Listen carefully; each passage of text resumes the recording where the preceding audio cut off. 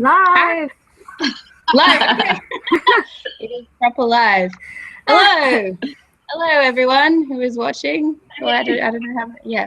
Hello. Thank you for tuning in to this very, very long-awaited next installment of Slink Chunk Storytime.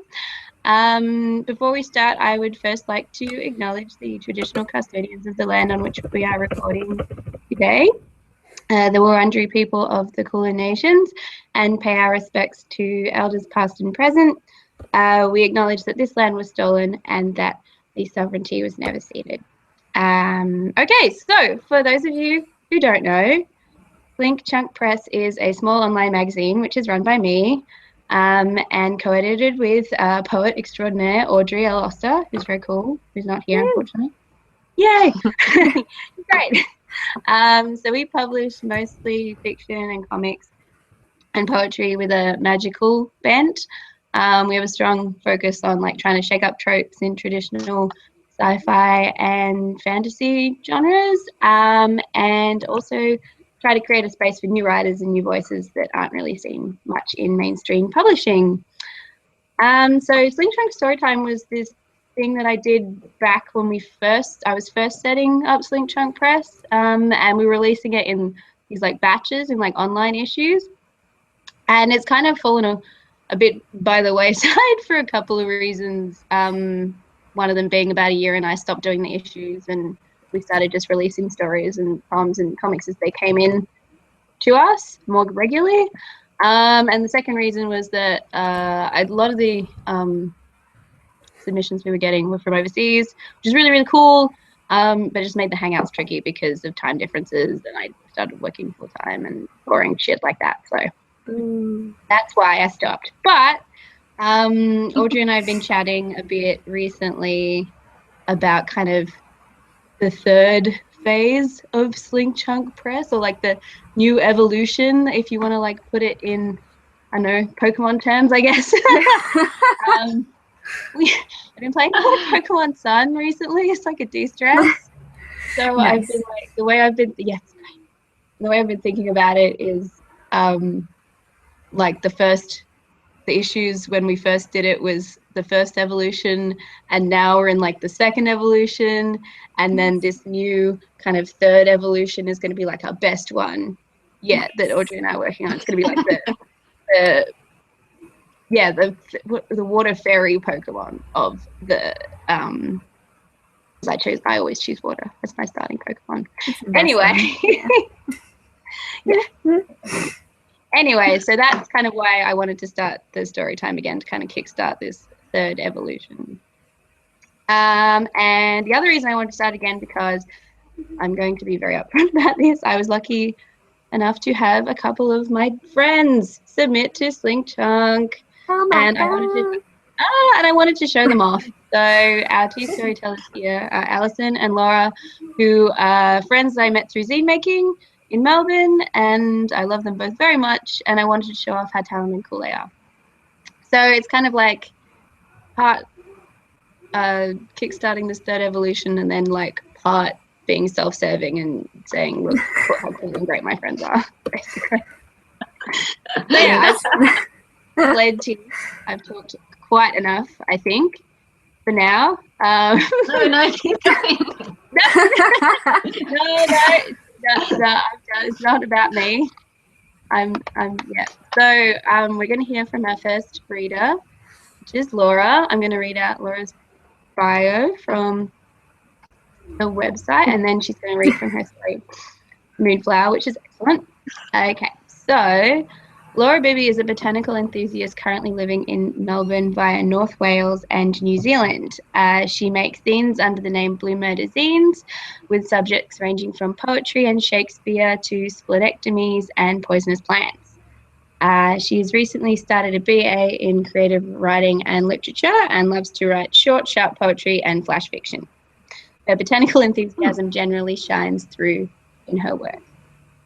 All right, so Laura's going to read Moonflower now. Take it away, Laura. Yay! Well, it's really short. So I'm not even sure if it's really a story, but maybe it's just a really long poem. Anyway, I actually wrote it sort of inspired by Slink Chunk Press because I loved all the magical, fantastical stuff that's on there. And so it inspired it. So I'm really stoked to be able to read it today at story time. I'm really nervous.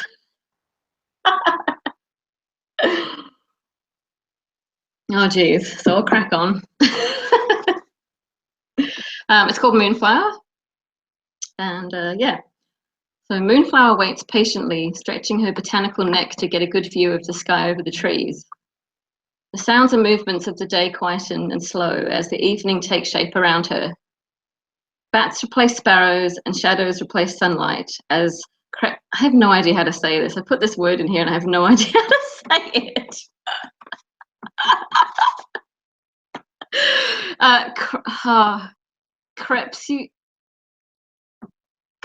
This is terrible. Crepuscular? I'm sorry, people. I put a fancy word in, I don't know how to say it, but it looks good on the page. Bats replace sparrows and shadows replace sunlight as night creatures go about their nocturnal business. The clicking signal that it's almost time. She's almost here. Moonflower waits here every night to catch a glimpse. Of course, Luna doesn't always come, and on those nights she burns.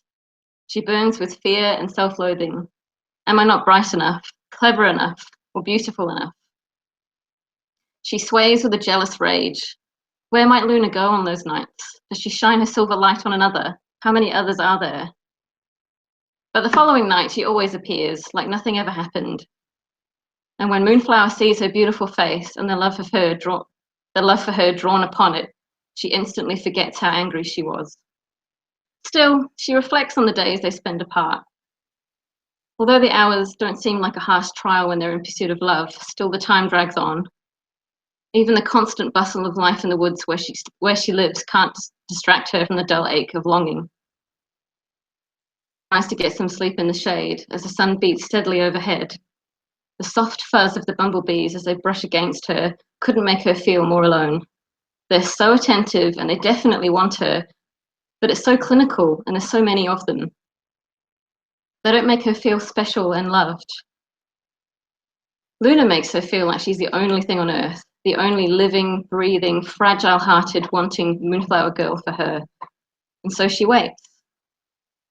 The very thought of Luna's bright, gleaming face makes her vespertine petals tremble and her roots become weak. If only they could touch each other. Oh, but they can, and here she comes now. A glittering halo moves through the trees towards Moonflower, who reaches her lush green stems to meet her. Settle on Moonflower's buds, coaxing them to open, to submit to her. Moonflower sighs. The sound is like a midsummer night breeze. Her heart flutters like a trapped bird, and together they soar like no other light could give life like this. Finished. Yay! That was so good. Well done. So lovely. I'm gonna have to work out how to say that word. No, that was amazing. That is total. I was just like, oh, big fancy word. This is good. I have no idea how to pronounce it. Gosh, you gotta look these things over if you're gonna read them out loud. That was great. Oh, thanks, guys. That was really lovely. Well done. Well done. That was Laura's first reading. I think we should acknowledge that. That's very good. That is a lot better than my first reading. Mine that I did. I'm pretty sure I sounded like I was going to cry for the entire time, which is it's not a feeling, is it? This is how my voice goes, and it's really embarrassing. But yeah, so you did wonderfully. Well done. Excellent job. Oh, thank you. I feel really good now. I'm like, right, I'm ready. I can do some more. You're going to take on the whole world now. Yeah, exactly. You've done it. All right. Yay. Okay, cool. All right. Now we're going to hear from Alison, who's going to read their story. Alison's bio. So Alison Evans is a maker of zines, a lover of bad movies, and co-editor of the wonderful publication Concrete Queers. Their most recent book, Ida, came out in January 2017. It is available in many bookstores and online, I'm assuming. Yes. Yes. I should go Book Depository or Booktopia. I think it's cheaper in Booktopia. So. Oh, cool. Okay. Excellent. Thanks for the tip. And I should have done that. oh Thanks. my god. I didn't even think. I've got both those books. I didn't even think. Well done. They're both very good. Thank you. Where was I?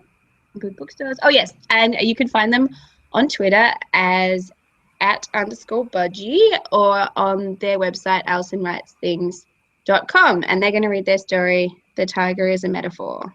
All right, go for it. Yay! Did you want me to read all of it, or just because it's kind of long? Should I just stop? It's up to you. Just read until you can be bothered, until you want to stop, I suppose. Yeah, cool. That's Alrighty, fine. let's see how far we get. Yeah. Cool. Alrighty, so for this, I have used some pronouns that I haven't actually said out loud before, so I'm going to do a Laura and guess my way through. Alright, so my story is called The Tiger is a Metaphor. Lux wakes up in the morning and there is nothing to suggest anything out of the ordinary is happening. V has a shower, gets dressed, and walks into the kitchen. Sprawled out across the floor is a tiger. Lux stares at its sleeping form for a few moments, not quite seeing it properly, then realizes that the tiger is a tiger, and V gently closes the door to the kitchen and stands in the hallway as V tries not to hyperventilate. So I'm just going to change it so I can see the webcam and my story. Just 1 second. Alrighty. Lux opens the kitchen door and takes a second glance at the tiger to confirm it's real. The floorboards creak as V tiptoes back down the hall to her room. V dials her housemate's number and presses the phone to her ear. After a few rings, he picks up. Lux, he says. Taya, this morning, was there anything odd about the kitchen? Not that I can recall, he says. What? Did I forget that should say dishes. Did I forget the dishes? Lux laughs without any humor. The thing is, there's a tiger in there. Sorry? There is a tiger in our kitchen. Is that a metaphor? Nope. There is one. Forgive me if I don't believe you. I have to get back to work. I'll call you in a bit. Sorry. Taya, V says, but he's gone. So, a tiger. Maybe it wasn't really there. Maybe V should go and check if it's still there, though probably staying in the room is safer. What does one do when confronted by a tiger in one's kitchen? Look up the zoo's number? Lux's stomach rumbles painfully and V puts a hand to it. From a cupboard in the hall, V gets a cricket bat.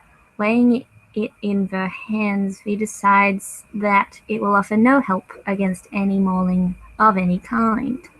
Nonetheless, Lux keeps it with her as V prepares to go into the kitchen.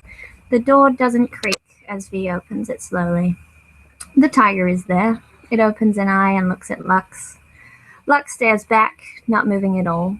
V can see the blood pulsing through their ears far too clearly. The tiger blinks once and closes the eye, resettling itself into a more comfortable sleeping position. Are you a metaphor? Lux asks. The tiger doesn't reply. It does look pretty docile. Maybe V could just nip into the room quickly and get something from the fridge.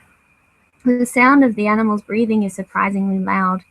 It flexes its two huge front paws, claws momentarily unsheathed, and yawns. Its teeth are very large, Lux notes. Nipping in to grab a quick bite would probably not be the best idea. Lux takes a photo of the tiger and sends it to Taya, then slips into the hallway. He rings her a few seconds later. I don't think that's a metaphor. What do we do? I am super busy here. You're a bartender, Taya, and it's 1 o'clock. Is anyone even in there? We do meals too, thank you. There are at least 2 people in here. I am swamped. Well, I'm sorry I bothered you in these busy times. There's a tiger in our house. I could die. Call, I don't know, an animal exterminator or something. I don't want to kill it, Lux says, peeking through a small gap after inching the door open. I just want it gone. Maybe it is a metaphor. It's not a metaphor. The tiger stirs and Lux withdraws her head from the room and leans against the wall. It only looks docile when it's asleep. Who should I call first? Zoo, Talia says. I'm pretty sure no one else would have lost a tiger. Talk to you in a bit. V hangs up the phone. A quick search gets her the zoo's information number and V calls it. The person on the other end doesn't believe her. The same happens with the pound and every animal service V finds. Lux calls the zoo again, but they are less inclined to believe her the second time around. By now, at least an hour must have passed and her stomach feels like it's eating itself. V takes a look into the kitchen and the tiger isn't there. The room is empty. Lux's skin prickles. Where did the thing go? The house isn't very big. Her feet make tiny sounds as V walks across the tiles. A low rumbling sound comes from the direction of the dining table and V jumps, moving backwards, cursing herself for not bringing the cricket bat. The tiger stares at Lux, paws crossed, from under the kitchen table. A couple of the chairs have been pushed over and the tablecloth has been dragged off, along with everything that was on it. That must have happened while V was sleeping. Holy shit. The tiger gets up and stretches its paws, reaching out under the table. It stands as it stretches, knocking over another chair as it saunters towards her. Even though it's massive, it still has the same superior swagger as Lux's cat. It opens its mouth and Lux can smell its breath. It smells a bit like her cat's, but 100 times worse. V tries not to gag. V doesn't want to die gagging. Of all the things V'll never get to do race through her head. The one that sticks out is that V promised Talia that V would cook him dinner tonight as a treat. It's absurd, but right now, that is the thing that upsets her most, an unfulfilled promise. The giant cat stops right in front of Lux and reaches its face out to her stomach. It butts her with its forehead and V gasps, taking a step back. As Lux raises her hand, the tiger pushes its head into her palm. Its fur is thick, surprisingly soft. Oh my gosh. The tightness V had been holding in her chest loosens. Lux isn't going to be killed by a tiger. The dinner can still be made. Her phone buzzes in her pocket, and with her free hand, V answers it. It's Talia. I don't think it's a metaphor, Lux says. So it's gone then? No. V moves her hand to scratch the tiger behind the ear. It makes a low growling sound that is almost a purr. I think I might call her Bessie. Like a cow? I guess like a cow, yeah. And I'll stop there, but that's about halfway through, so you can find the rest on slinkchunkpress.com. Yay! Thanks. Yay, that's so good. I forgot how funny that story is. I think it's funnier when you read it as well. And I mean, like, because the good humor. Thanks. Really good. I like it. It's great. Yay! Nice. Yeah. Oh, thanks, guys. That was so fun. Yeah, you can read the rest of the story. It's got a really ending. I was like, oh. Oh my god. Oh, yeah, no, yeah. It's gonna happen. We don't know. Feels. Yeah, it's really, really great. Oh, thank you so much, guys, for doing this. No, thank you. It was fun. Yeah, for being my not inaugural, but I guess for this year that'll do. Yeah. 2017. Nice. And for pushing on through your words and that made me laugh so much. So good. So good. Okay, cool. If you want to read these stories again, or read the rest of Alison's, you can go to slinkchunkpress.com. Submissions are currently closed at the minute. We're just working through a bit of a backlog, but it looks like they'll be opening up by the end of next week, which is exciting. Yay. Nice. You can also tweet. Yeah, you can also tweet at us at Slink Chunk Press. And if you want to support us in a monetary way, we have Patreon, which we're using to kind of drum up some funds to pay our writers more money than we can at the minute, because yes, paying writers is important to me, and I wish I could do more. So I'm trying to get more money so we can give them more money. So if you are a writer and would like money, you can also give money to us. It's a beautiful thing. Everybody should get involved. Yeah, so that would be great. Even just like $1 is awesome, and you get to go up on our like dungeon wall of fame that we have on the website. So that's fun as well. You get your name up there, and there's some other cool prizes like postcards and zines and stuff. So check it out. Yeah, that's it. That's very cool. Would you guys like to plug anything? Plug where can they find your stuff? Nah. I guess please follow me on Twitter. Please. Yeah, Alison does excellent tweets. The best tweets. Thanks. I try really hard. I am _Budgie. Budgie like the bird. Yeah. Very cool. Yeah. Yeah, and Laura's got zines on Etsy. You should go and buy those. They're great. I think if you just search Bloomurder, which is odd spelling, I suppose, but another one of those. Great. It look like how it sounds. Yeah. Nice. All right, you can find all the info. I'll put info up on this video so you can find everyone. That's cool. All right, I think that's it. Cool. Thanks, guys. Have a lovely Thank you. Thank you. evening, everyone. Thanks. Bye. Bye. Bye.